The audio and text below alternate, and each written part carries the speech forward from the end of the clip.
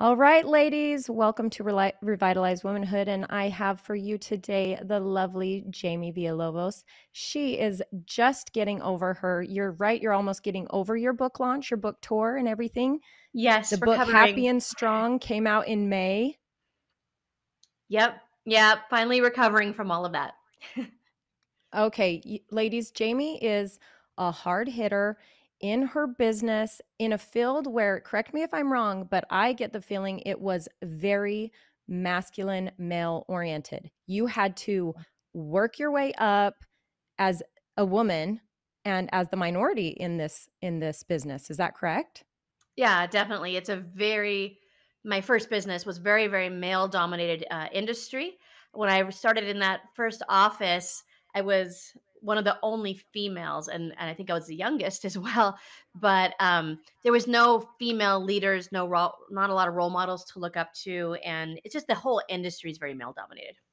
Yes. Well, and I want them to know about you as that person because it created you who you are now, and to be able to have such amazing core values in the different aspects of your life. It helped you create those. So tell me a little bit about yourself, and then I'll jump into that for my listeners. Yeah, for sure. I grew up actually in Montana, a very tiny small town in Montana, and I was the oldest of six kids.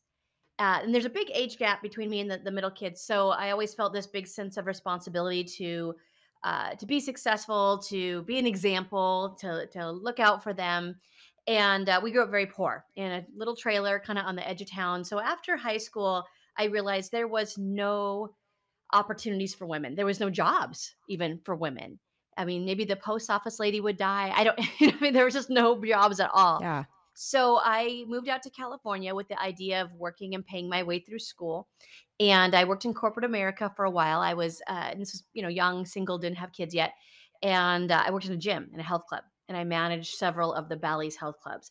And after about 4.5 years there, I kind of just knew that I wanted something more that I could have more control of my time. I looked at all of my supervisors that had been there 10 years longer than me, and they still had no control of their time. They had to, kind of revolve everything had to revolve around their job versus their family. And that's not what I wanted. I wanted to have my own business, or at least something again that I could put my family and my faith first. And so I started looking for things. I got my real estate license thinking that might be it, but realized real fast that it wasn't fun. It wasn't something I was passionate about, and there was a lot of things outside of my control. And then eventually, I met actually a wife of one of the guys in that company who had just had a baby, and she was at the gym, and I was kind of showing her around and helping her out. And she's like, "Oh, you're so nice. You're so good with people. Have you ever thought of doing something else?" And at that time, I was so hungry for change in my life. So I was like, yes, yes. What does he do? Let me introduce me to him. And so she introduced me to her husband, and I got started in that industry. And again, it was in the financial industry. So again, very male dominated. I didn't know if I could even do it. It was something that was very new to me. Finances and money was not something that I had gone to school for or anything, or really even had any interest in at all. But again, was very hungry for change. And I really liked it once I got there, the environment, the people. It was very family oriented.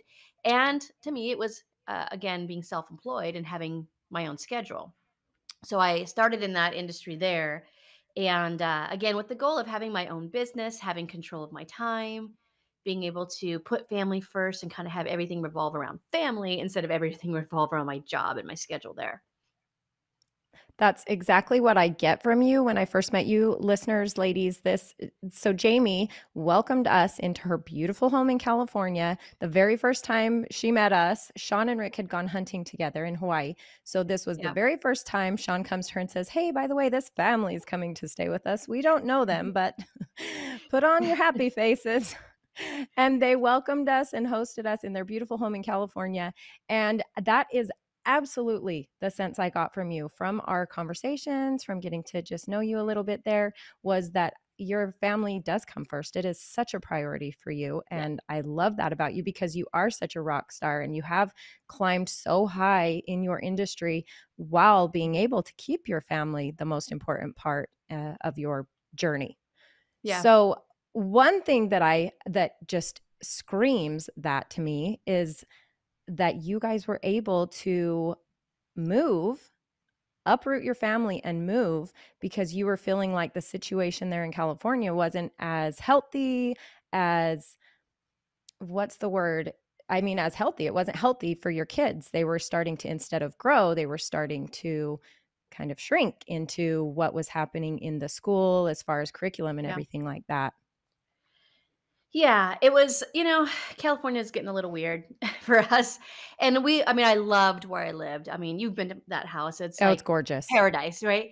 And Absolutely. it's like I think the best place to raise a kid. But it got a little weird. There were some laws that were passed recently in California that were around children. Um, that I was just like, you know what? If this is what it's going to be like right now, what's it going to be like for my grandkids? If my kids graduate here, they have roots here, what will it be like then? And so I just thought, you know what? If we can, if we have the ability to move and live wherever we want, why would we be unhappy somewhere? And again, I loved it there, but I felt like I was getting angry about certain things. And I kind of have a bubble, you know what I mean? I have this bubble that I live in that's very positive, and I have amazing people around me and mentors and coaches, and I just it's, I like that we can be happy and that we can raise our family a certain way. And I just felt like that was kind of being infringed upon, and my kids were feeling a little uncomfortable with certain things, and just stuff was happening that was like, this is probably a good time to leave. And yeah, we did uproot. We moved all the way out. We live outside of Nashville now, and we love it here. But it was a big change, a big shift. Big shift, and people are probably thinking, well, I can't do that. If my kids are feeling uncomfortable, I can't do that. But it's not even necessarily that. Yes, Jamie was where she could do this, but you have the ability to know what's happening in your children's curriculum. You have Right. the ability, and Jamie totally talked to me about this, and I was blown away by how much information she had about her kids' curriculum, because I Yeah. don't. And where we're in Utah, it's still not as heavy, I guess, as No. what you guys are dealing with out in California. So Yeah.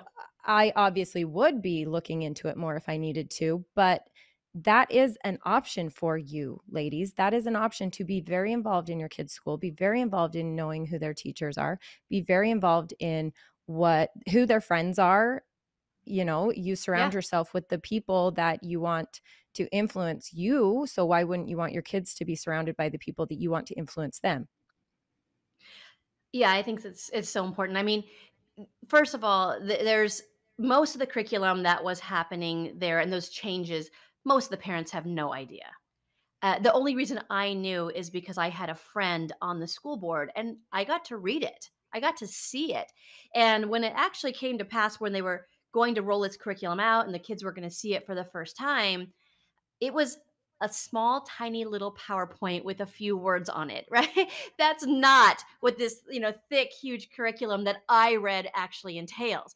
So they said, here's what the PowerPoint is. And that was it. You can opt out. And unfortunately, in California, a lot of schools can't opt out. I was able to. And what I noticed was that seventh grade curriculum, the teacher opted her own son out. That should That be speaks that should volumes. be a big red flag. If their own the teacher who's teaching it wouldn't let her own son attend the class. Yeah, that So, speaks volumes. yeah. That does. Rick and I are actually dealing with this in the tiniest form with Castle's going to be 11, and he got sent home the maturation topics. And so we get to watch this maturation video. And so Rick and I are sitting on the couch, like, ha ha ha, this is so funny. He's growing up, and we're watching it, and it was fine. And a couple things we were like, oh, okay. And Yeah. I mean, I'm not a prude in any way, but when it comes to my kids, I absolutely am. I am going to fight Yeah. for them to remain kids as long as they possibly can. And there were some things in there that I was like, A, he doesn't need to know about this yet. B, Yeah. he doesn't need to be learning it in a classroom setting with a bunch of his peers around him. And how I want to be able to be there having him ask questions after, or you know what I mean? I want to take control of that environment. Absolutely. There's two sides of it though. Because there's the other side of it. They're saying, well, like there's a lot of kids that just aren't taught anything, Yes. and it's a scary thing for them, and sexuality and all these things, and so they're not learning anything at home. But I think that some of it's gone to extremes, and it depends on the school district. But some of them are teaching kindergarten level, they're talking about masturbation. And I don't Yes. care how sweet this kindergarten teacher is, I just don't think that it's appropriate that anyone is having a conversation about masturbation with my kindergartner child. It's that's stuff like that just is like it doesn't make sense to me, that they've gone so extreme on certain things. I was a dispatcher for 6 years, and just peeing on the side of the road can get you a sex offender stamp. Just pulling over and peeing on the side of the road. So how Yeah. is it that we're okay with kindergartners learning about masturbation? Yeah. Yeah, and there's been teachers That's that have quit because they felt so bad yes. after having these little first graders or second graders or kindergartners watch these videos. And so they're forced to teach the curriculum and if their district has adopted that. And then it goes all the way up to some of the districts at 4th grade are teaching how uh pornography is normal and everybody watches it. And so they'll watch little videos about pornography and say, it's just, just know that it's make believe, it's made up, like superheroes, like Marvel Oh, Comics. let's just So they're that's wow. comparing Marvel Comics Yeah, to that's pornography and saying, "Go ahead and watch it, and just know it's fake." But everybody does. Just like they tell the kindergartners, like, adults masturbate all the time too. They just do it in private. So make sure you do it in private. So it's they're normalizing sexual, sex at a very, much younger age. And I just think no matter what it is, I think that one of the biggest addictions and the hardest to overcome right now is pornography. And most people don't know this, but the pornography, one of the biggest demographics becoming addicted to porn is 11-year-old girls. wow. I didn't And know that. it's so scary that we would tell these 4th graders that's, a normal thing to go ahead and watch it. And so again, not all districts are doing this, but there are some out there that are doing it. And again, the teachers have to teach what they have to teach.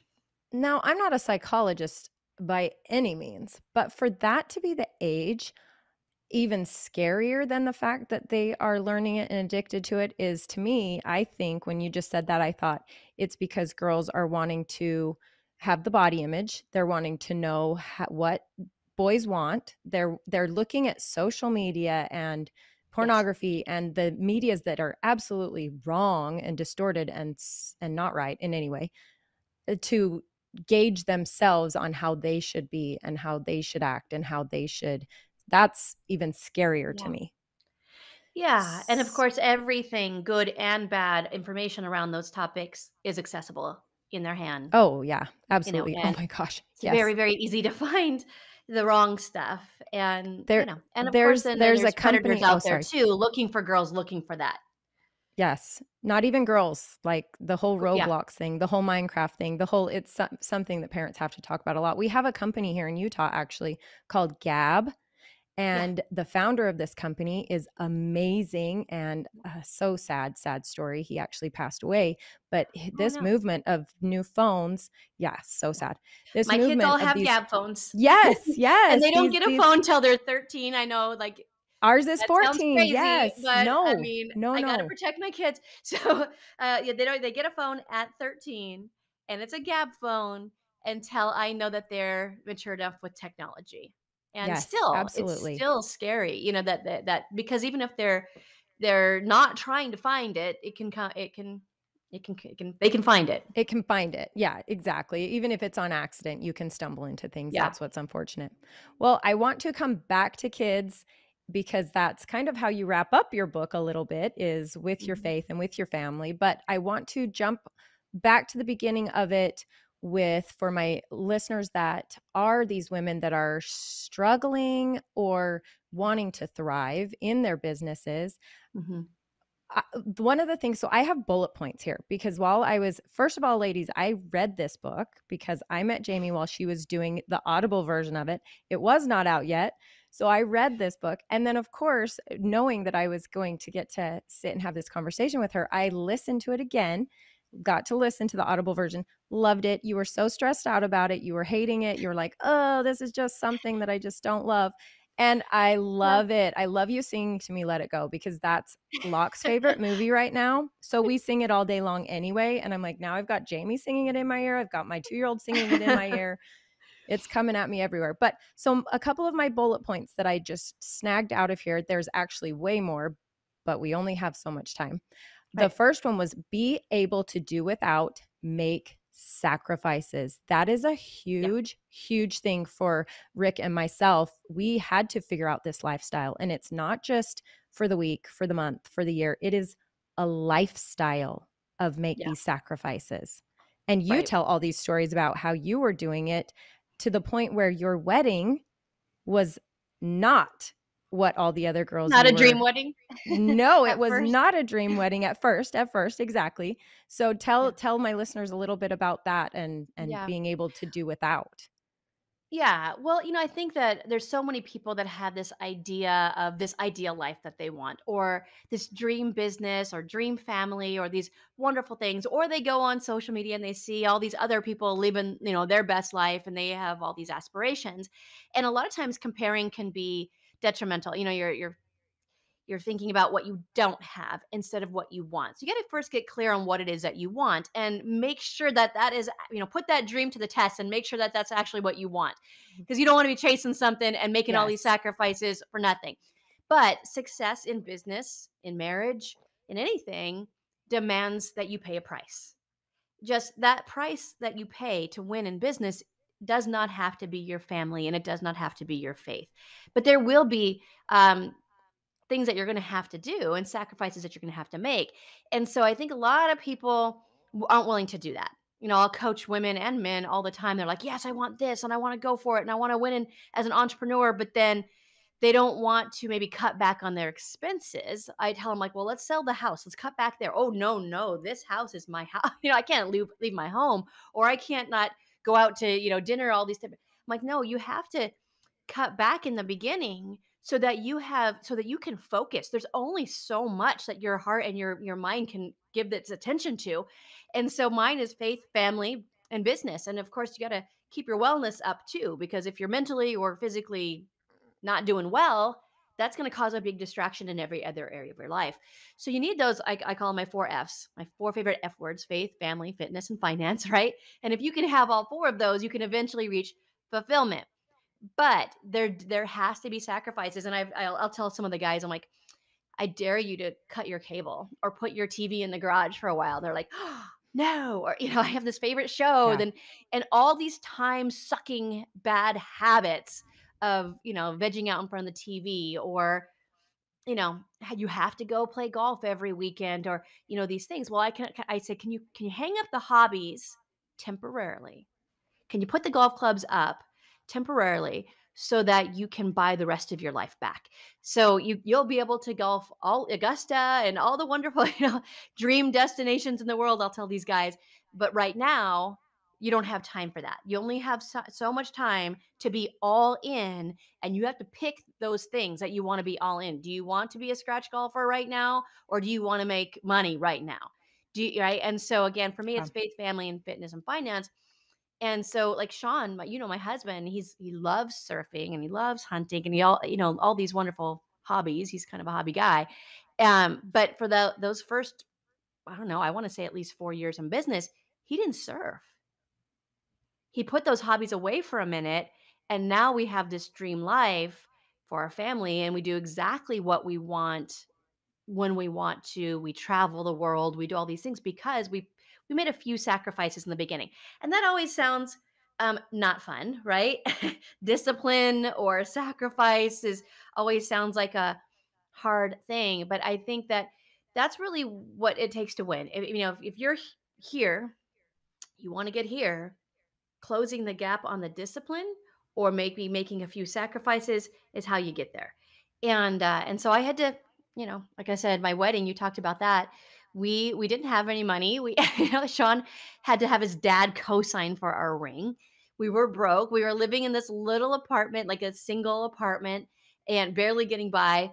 And so we said, well, we could, borrow money, or we could, have a crappy wedding. But we said, you know what? Our parent company has a Hawaii trip that's coming up. let's just bust it. Let's just give it all we got. Let's just put it, go all in. He and I, and just like hit this goal to win this trip to Hawaii, and we'll get married there, right? And so the company paid for our trip. They paid for our hotel, our flights. They paid for everything. We just got married on the beach there. It actually wasn't that expensive as a destination wedding, and we didn't go into any debt at all. And so we started as newlyweds, focused with a common vision for our life, for our family, for our future, equally excited towards where we were going together without the debt, without, those things. And I think that that made a big difference because, as an entrepreneur, as a business owner, especially if you have kids, especially if you're a mom, there's always distractions pulling at you. If something's wrong with one of your kids, it's hard to stay focused, right? So the last thing you need is financial burden stressing you out.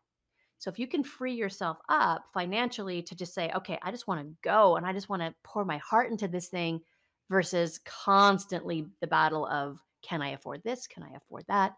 That's why you got to cut back a little bit and make some sacrifices.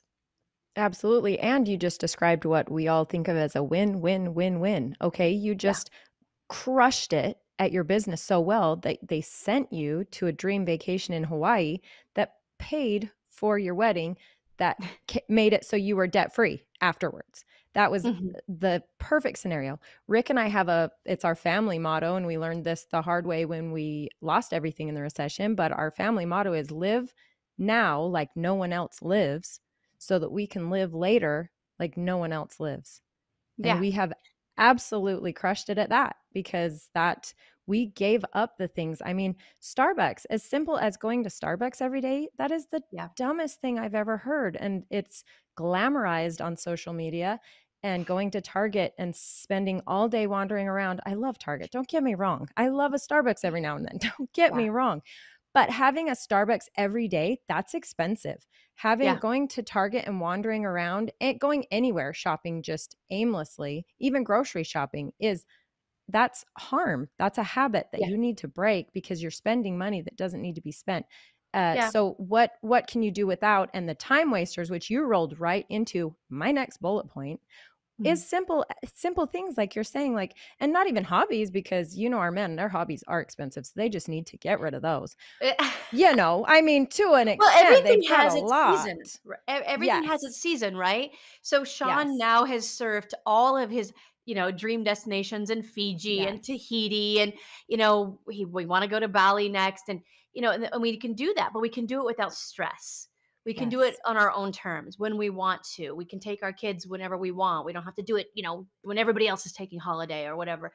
And that's because just in those early years, we got clear on where we were going, and so it's hard to make sacrifices if you're not excited about where you're going, because that's just get doing without. That's no fun. But if Well, you are and very being a clear team. on the destination and you are both fired up about it, then it's easy to say, okay, I'm going to put that away for a minute and I'm going to bring it back in its season. And yeah, you're accountable to someone else as well. If you guys sat down together and said, I agree, because Rick did. He sat down with me and he said, hey, we can have the big house, we can have the fancy cars, we can have this, or we can travel the world. And I was like, travel. Like, we already figured out what it felt like to lose everything, and it Right. wasn't that big of a deal. I mean, in the moment, yes, Of course. you feel crushed and you feel like your pride's gone and whatever. But Right. really, if you get past all that, it was the best thing that could have ever happened to us. It Right. just, it was, and you talk about this a lot in your book, is those negative things, if you can just have the right mindset to look at them as Yeah. opportunities to grow and not just as challenges, challenges, challenges. These are opportunities to grow. You Yep. will learn from them and you will become a better person for it. Yep. We're all gonna go like we're not gonna escape life without hard things. No. All of us are gonna go through hard stuff. There's gonna be death in the family. There's going to be, struggles health wise, financial struggles.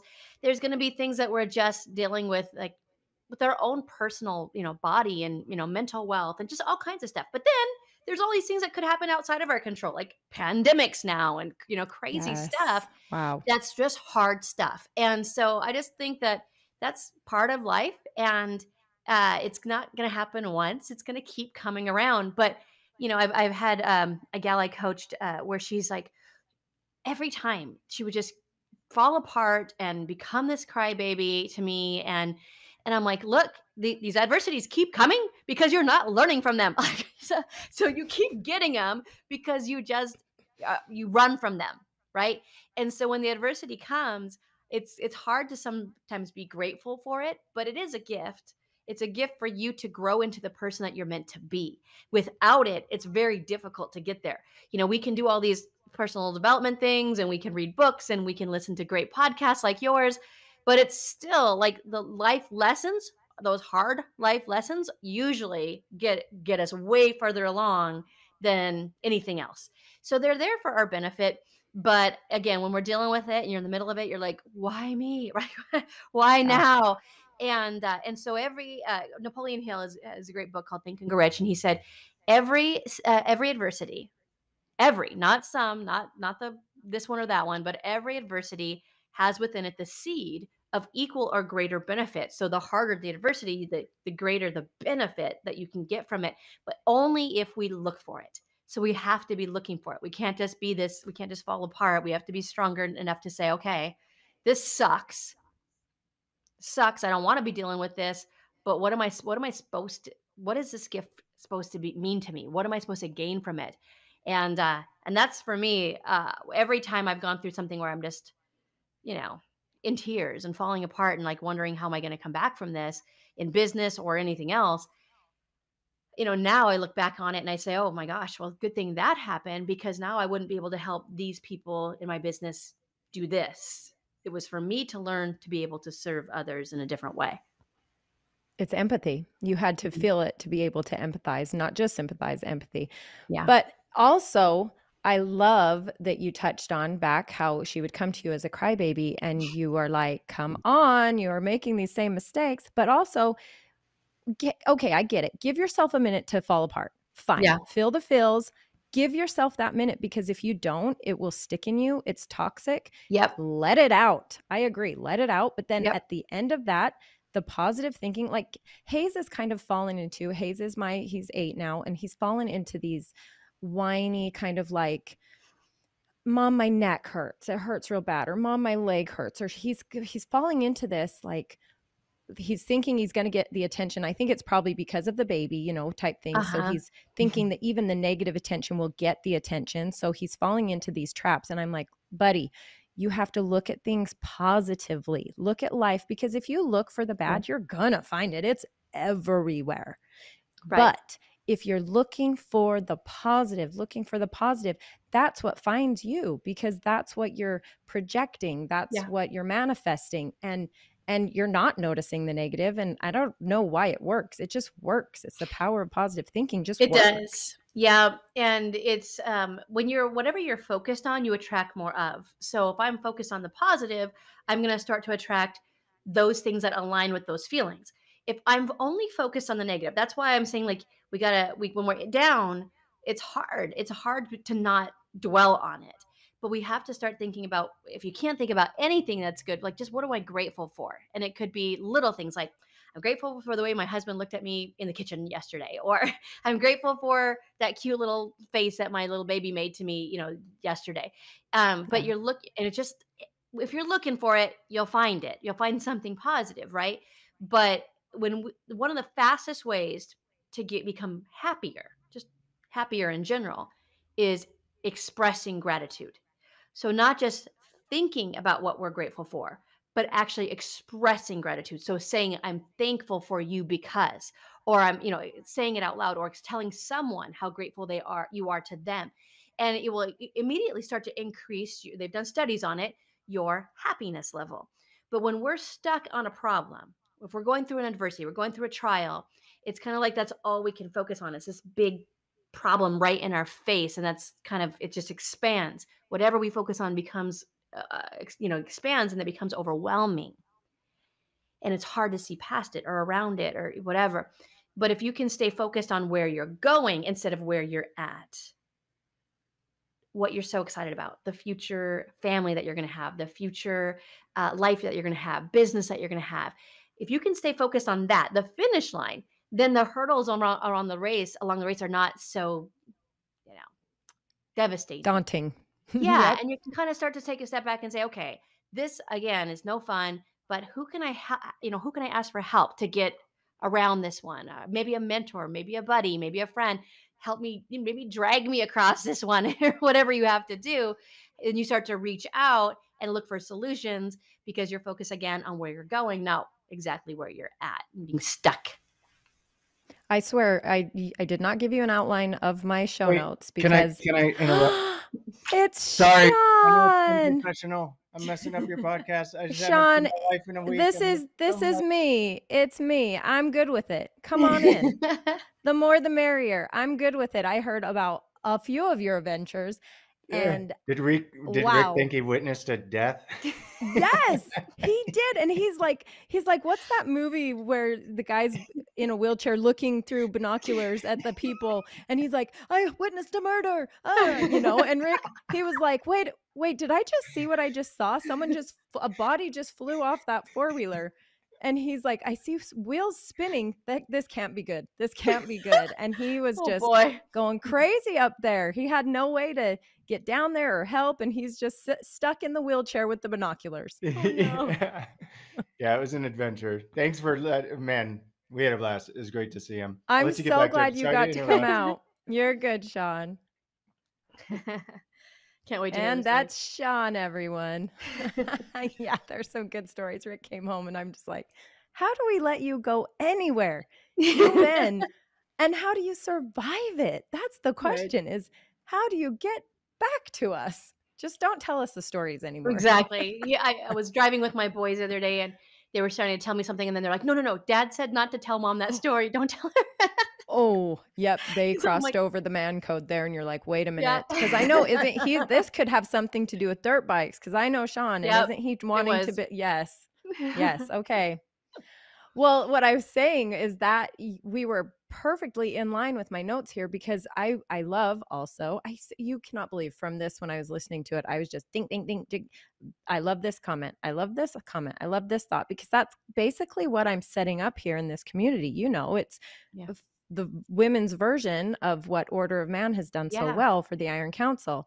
So I have been talking about keeping your goals on a vision board or however you want to have them, but you have to be able to look at that every day. I literally have my vision board as my screensaver. So every Yep. time I pick up my phone, it's my vision board. Me And too. yay! That's awesome. And you Yep. see it all the time. Yeah. So if you can, like even my secretary, not my secretary, she's not my secretary, Rick's secretary, she even says she takes her planner home and opens it. She keeps it open on the counter at home so that she is constantly looking at what the next task is or what the next goal is or what, you know what I mean? It's never Yeah. closed. So this is, you sit down together or sit down by yourself. I mean, however your family unit is, it might just be you right now. And you set up the goals and say, I'm going to make it here. And then you set up the little baby goals what are the stepping stones that are going to get you there? And Yeah. it makes it so much easier than just like when I first started this and I sat down and I'm like, okay, where do I begin? I still have moments like that. I had my girl Janie called yesterday and we sat down and worked out some goals and she had to help me do Yeah. that because I have been out of the game for so long that it was overwhelming for me. But once I did, man, it was motivation and the wheels are going and Yeah. now I'm just so excited about it. That's normal. I've coached so many men and women, but a lot of women, on this because it's like their dream machine has been turned off. When we're little kids, we're like, I'm going to be an astronaut and I'm going to be this and I'm going to be that. And you dream Yes. about being a princess or whatever, but you have all these big dreams and nothing's impossible. But as we go through school and then we go through college and then we go through the workforce and then we go through just life, our dreams start to shrink and we're just in our day-to-day norm. And to turn that dream machine back on again, it's like, what do I want? And so I try to tell people, like, if you had a magic wand and everything you touched turned to gold, everything that you wanted just, it becomes easy. And and let's say a year from now, 2 years from now, it all comes about what would you want? What do you want your life to look like? And then, so kind of just having no limits on it at first, because otherwise, when you're sitting down making your goals, you're basing it on you in your past. You're basing it on the person you are today, not the person that's grown over the next 2 years with personal development and associations and working on yourself. You're a different person 2 years from now. You're capable of different things. And so instead of basing it on who you were, it's just what do I want? No limits on my thinking. And the bigger the better, right? And then I always just kind of start off by sometimes Sean and I will do it together. We'll sit on our bed and say, okay, what do we really want? But I'll draw a line down the paper and then a line across. So there's kind of 4 quadrants. And again, faith, family, fitness, finance.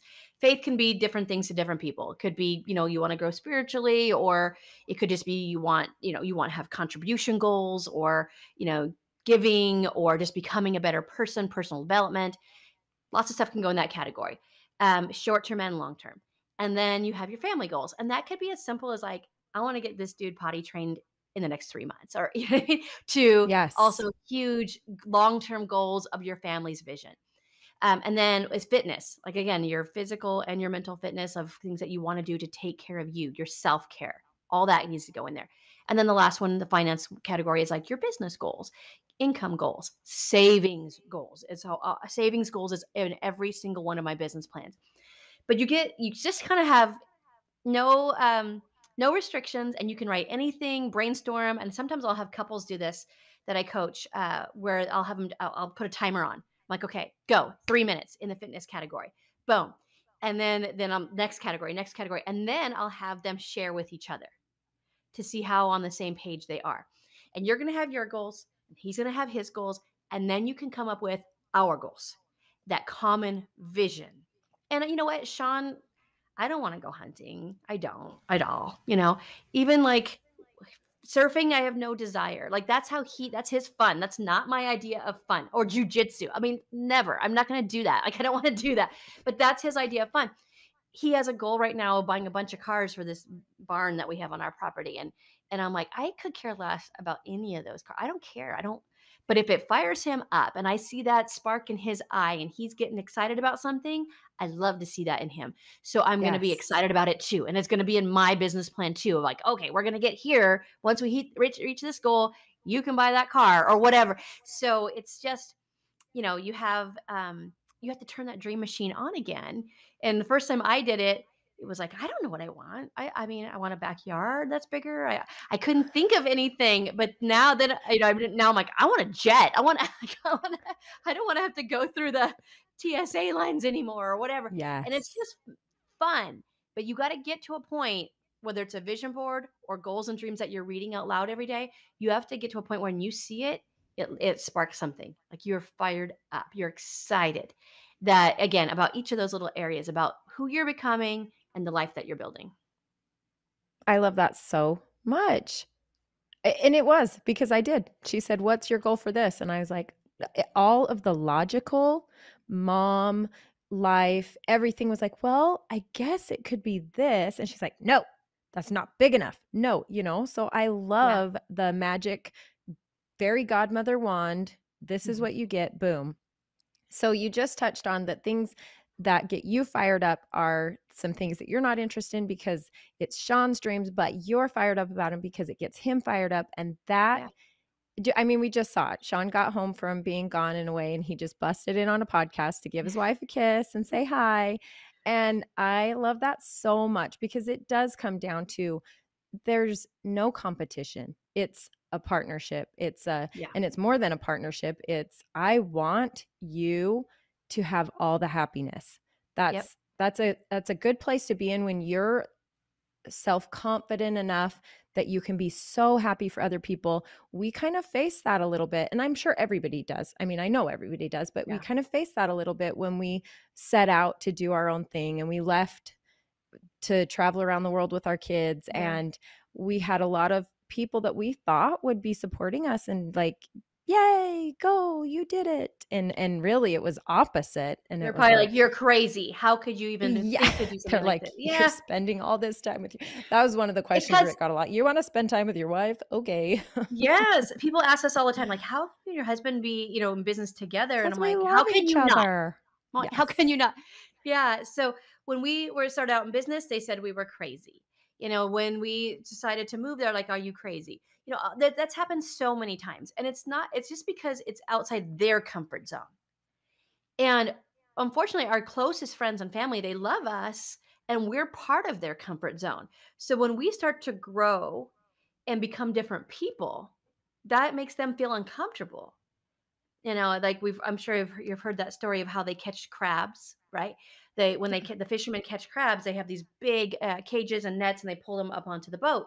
But then all they have to do is stick it in uh, a little cooler, and they could very easily crawl right out of that cooler. But every time one crab tries to escape, the rest of the crabs grab him and pull him back down.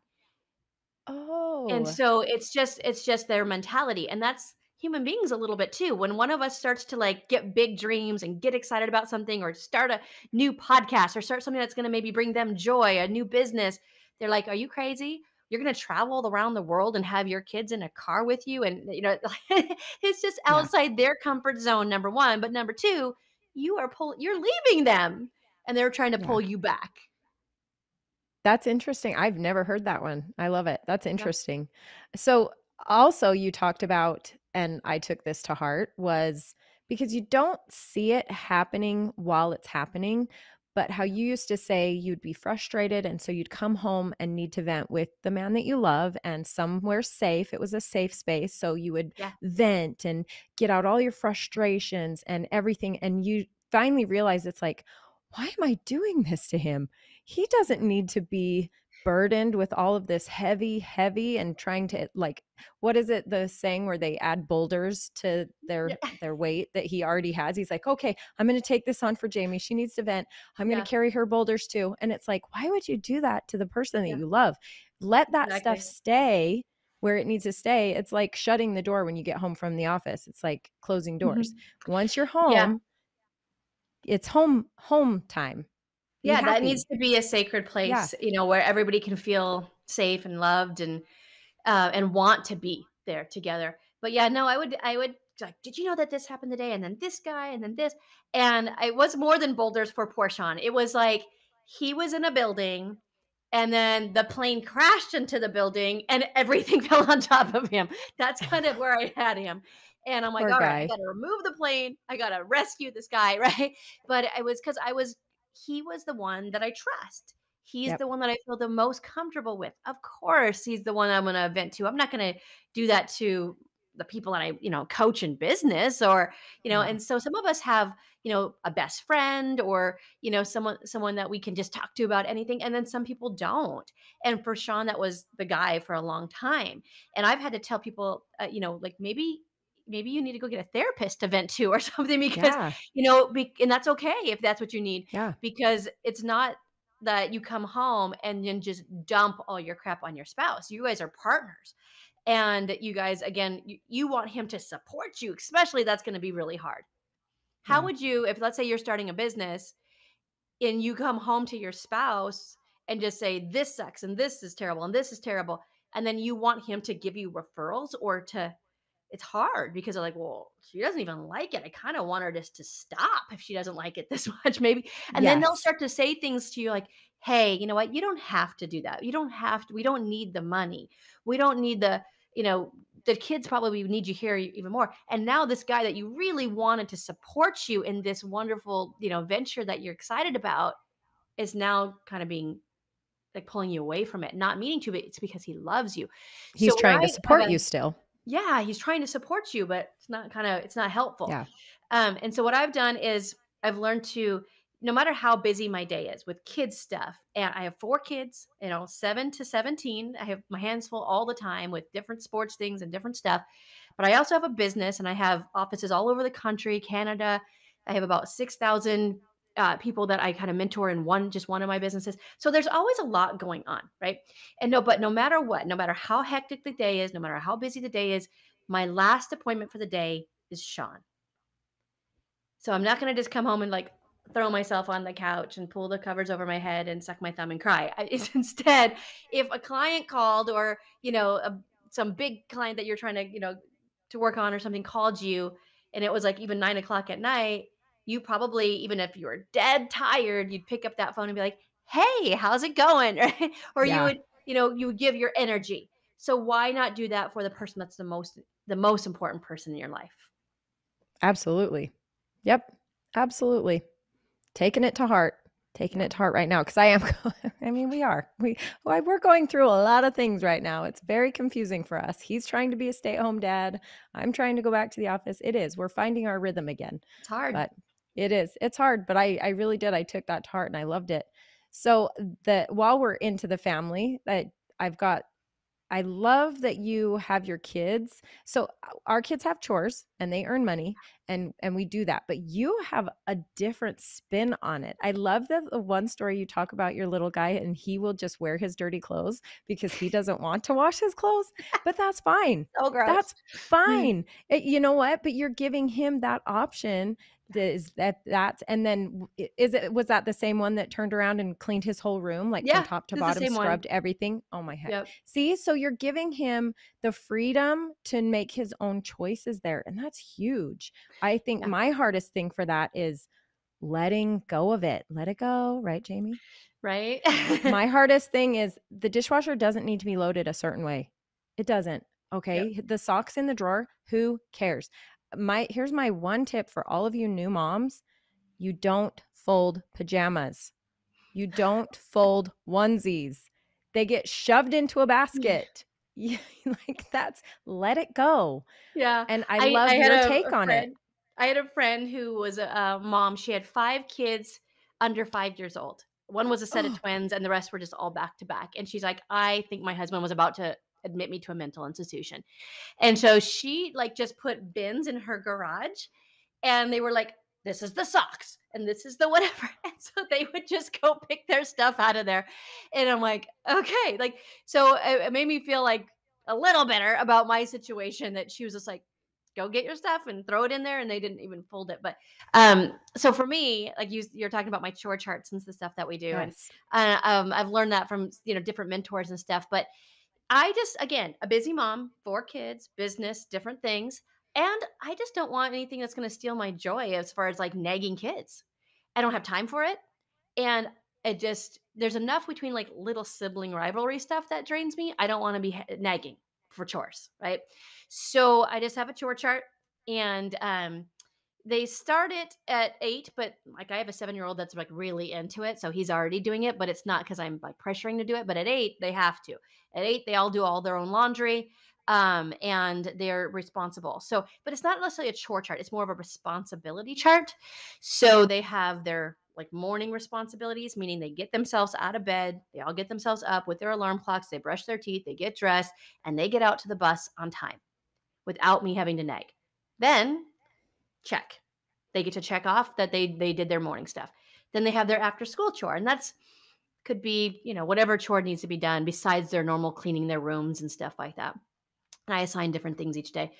Then they have their dinner time chores, and that's I think everyone lives in this house, so it shouldn't just be me cooking all week long while Sean was gone. They all took turns cooking. I didn't cook once. It was awesome, right? So I just they different people cook, but there's always a dinner responsibility. So if one person cooks, the other one's cleaning up the kitchen, or one other one's loading the dishwasher, another one's setting the table or chopping vegetables, whatever.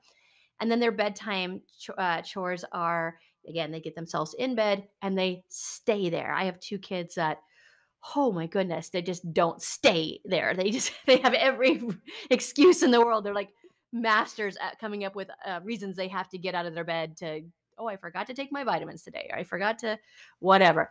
And so if they do each of these things, they get, their money.